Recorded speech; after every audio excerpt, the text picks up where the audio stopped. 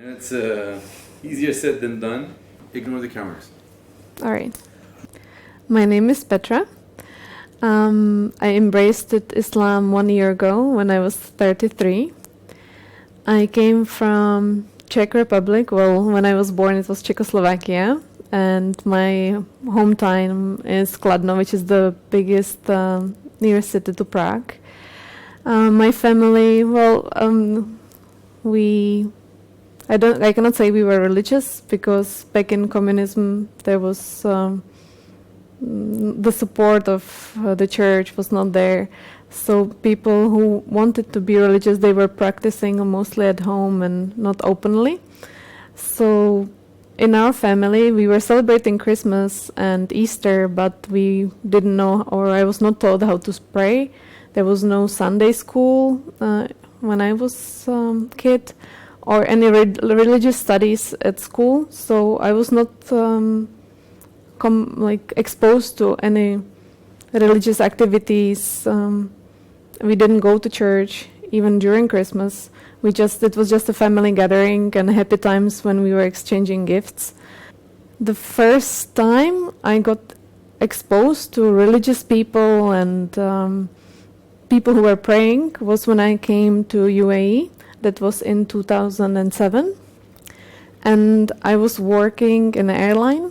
And whenever we took off with the plane, I saw my colleagues sitting next to me praying. Either they would make the cross and they would pray, they were Christians, or because it was Arabic airline, before every takeoff there was a prayer showing before they will start doing the safety video. So hearing the prayer before every takeoff, it has an impact on you. Like you already know the words and you are looking forward, because then everything had to stop. We couldn't do any service and we were just there sitting and waiting. So these moments, I would inside me say, let's have a good flight and safe flight and come back safe. So I did it for 7 years. All these inside prayers, make this flight safe, let us all be safe. But I didn't know the meaning and the reasons or why, so I was just doing it. And then with all my friends around here that I made, some of them were Muslims, so I started to ask questions and be interested more in the reasons. What is the purpose? Why they are doing this? Why they are not celebrating other holidays but only Eid? Why is that? So by getting the answers, I was slowly more attracted to Islam. My heart got open, and alhamdulillah, that was the way how I slowly started to learn and comparing also other religions, because coming from or seeing Christianity as the biggest religion, I was trying to get the differences between Christianity and Islam. Leaning forward to what was true, in Islam, everything made more sense. So, and Islam is teaching everybody should know how to pray. You don't need a priest to forgive you. It's just you and your relationship with Allah, that He will be the most forgiving, whatever you are doing. So it's your relationship with Him. You don't need anybody in the middle. So what really got to me most was by learning the differences between Christianity and Islam, finding that Christianity divided into multiple categories, having different sects, and Islam stayed the original one since the beginning. It didn't change.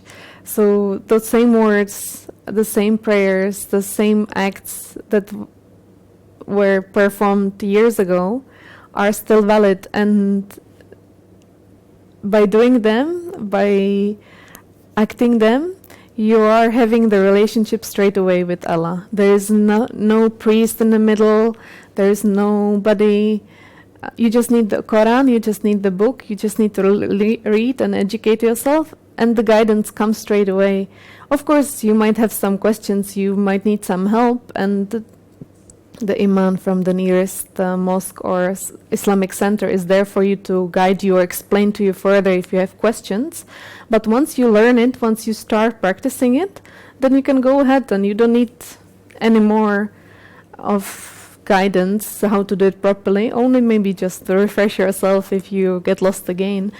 But you don't need a priest, you don't need to pay for forgiveness. You just pray and you will be forgiven because Allah is the most forgiveful. So, yeah.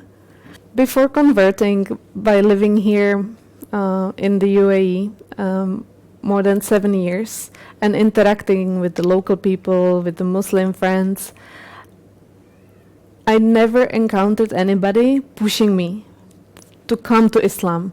It had to come from me, the first step. So once I did it and I converted, suddenly everybody was interested. Like I became like a celebrity. It was so fun and so nice. Like people at work, now I changed my job. I'm not flying anymore. I'm in the hospital. That's very nice. Before converting, my concerns were, of course, for my family, how they would accept it. And my mom, she has this sense, of course, I'm her daughter, so she's connected with me. So whenever we were Skyping, she would be like, there is something on your mind, there is something going on.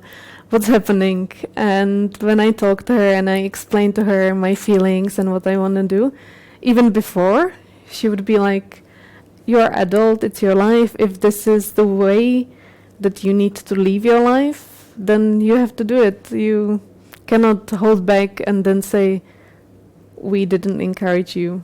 It's your life. So I was blessed in a way that I got the support even before. This is my new life. I want to be a good person. Like nobody will say, oh, do you really want to be a good person? No, nobody. You just need to make the first step and everything will fall into place. That it's not bad. It's nothing is wrong. And with the time, they will overcome. Maybe if it will be your parents or your best friends, maybe give them 1 year and they will see that you really didn't change. You're just praying and you're worshipping one God, and that's the whole change. Ask yourself also these questions. Do you believe that there is only one God? Do you believe that He doesn't have any partners? Do you believe that there is an afterlife? If you ask all these questions and your answer is yes, then nothing should stop you, because you never know if you will wake up the next day and go to the nearest mosque, go to the nearest Islamic center, ask them for advice. Every imam, he will ask you again, like, are you sure? Does it come from your heart? And if it comes, then there is no reason why another day you should not be a Muslim.